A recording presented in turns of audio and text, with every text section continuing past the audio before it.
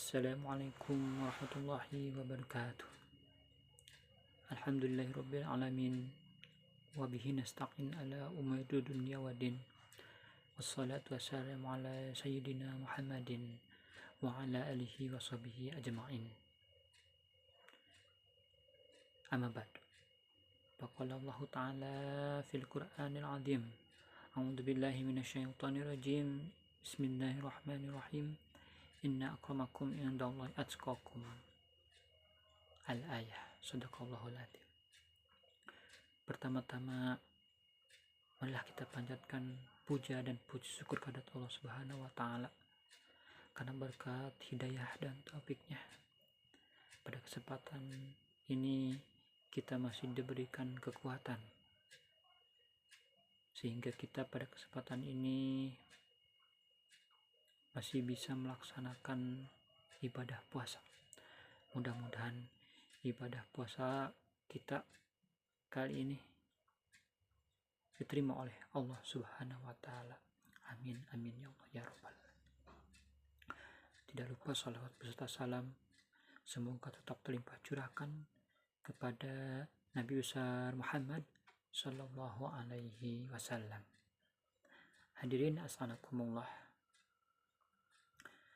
Pada kesempatan ini insya Allah saya akan menyampaikan tentang kisah inspiratif Ramadan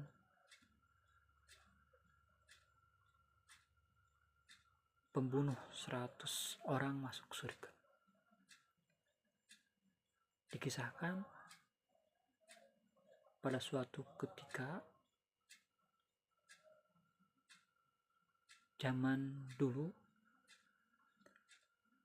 dari golongan Bani Israel ada seorang pria yang mana pria ini selalu melaksanakan dosa, selalu melakukan dosa, bahkan selalu menzalimi dan selalu melakukan kemaksiatan. Bahkan rekornya pemuda ini sudah membunuh hampir 100 orang.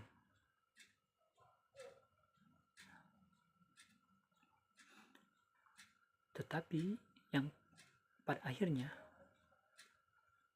pemuda ini terbuka hatinya. Dia merasa apakah dalam hati ini tidak ada pintu taubat untuk dia menyesal dengan apa yang telah diperbuatnya.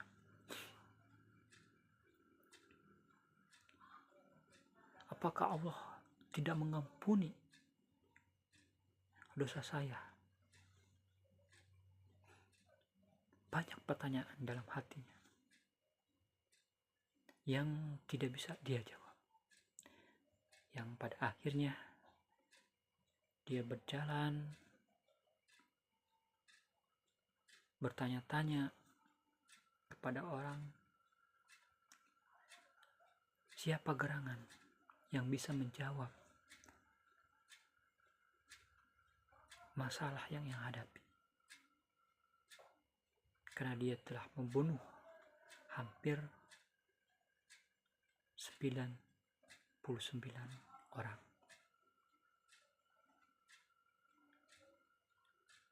Pada waktu itu ada yang menunjukkan, coba datangi seorang rahib. Ya, perlu diketahui ya, bahwa rahib ini adalah seorang yang rajin ibadah tapi miskin akan ilmu.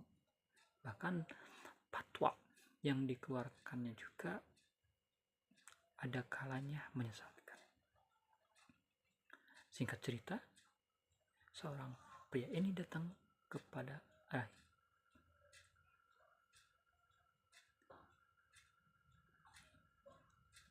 Pak rahib, saya ini sudah membunuh hampir 99 orang. Apakah ada kesempatan buat saya untuk bertobat kepada Allah Subhanahu wa taala? Rahib menjawab,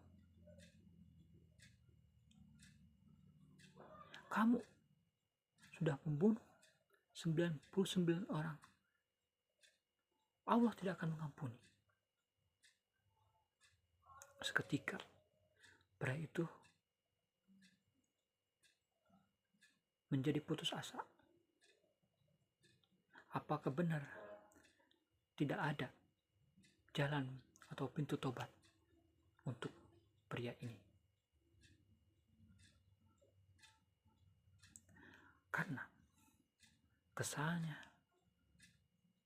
seorang rahib ini kemudian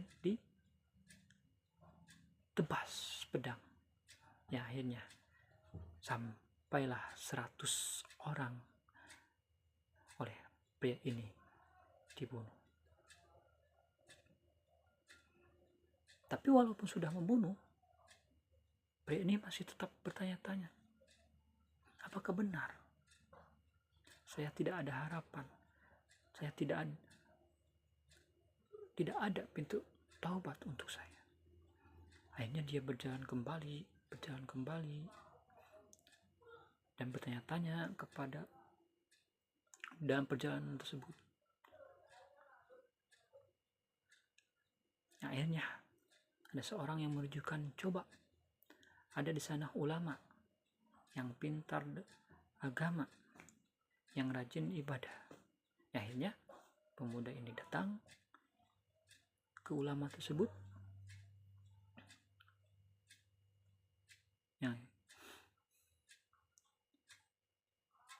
Pak,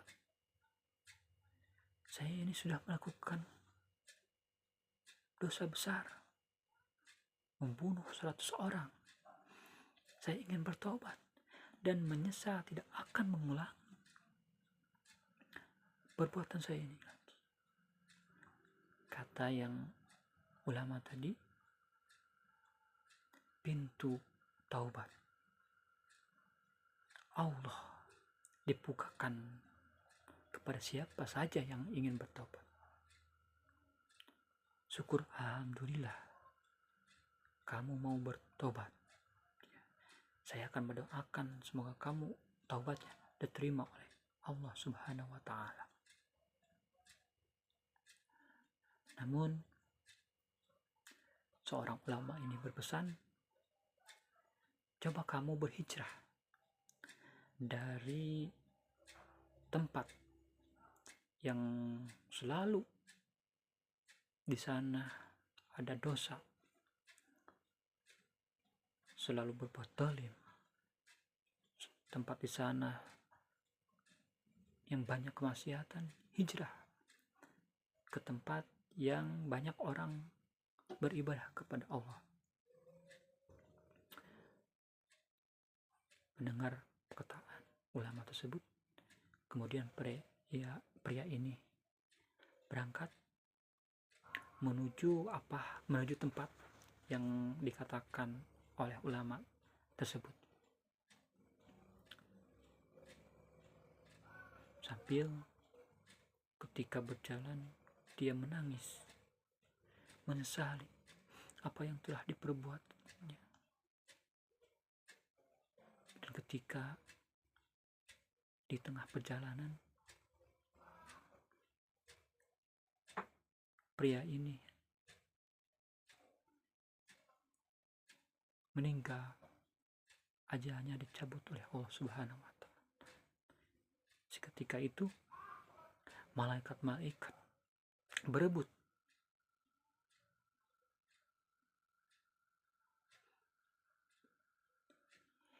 ini, malaikat berebut, malaikat azab dengan malaikat rahmat. Kata malaikat azab, ini milik saya karena sudah membunuh 100 orang. Kata malaikat rahmat, tidak, walaupun dia sudah membunuh 100 orang, tapi dia punya niat dalam hatinya untuk bertobat kepada Allah, sehingga Allah Subhanahu wa Ta'ala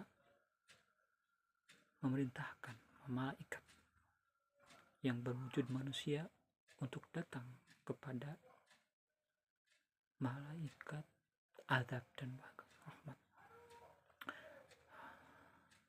dan menginstruksikan, coba diukur apakah dekat dengan tempat maksiat, apakah dekat dengan tempat taubat. Allah Subhanahu wa Ta'ala kemudian memerintahkan tanah yang tempat maksiat tadi dijauhkan, dan tempat yang dituju tadi untuk bertobat didekatkan. Ketika diukur, beda sejengkal, jadi dekat dengan taubat, yang pada akhirnya malaikat rahmat membawa jenazah pria ini untuk dimasukkan ke dalam surganya Allah Subhanahu wa Ta'ala. Itulah kisah inspiratif Ramadan. Jadi ketika kita banyak dosa, yakinkan seberapa banyak dosa kita, Allah akan mengampuni dosa tersebut, asalkan kita mau bertobat dengan taubatan nasuha dan tidak akan menyesal, dan akan menyesal tidak akan melakukan perbuatan itu lagi. Itulah yang bisa saya sampaikan, kisra atau kisah inspiratif Ramadan kali ini. Kurang lebihnya mohon maaf.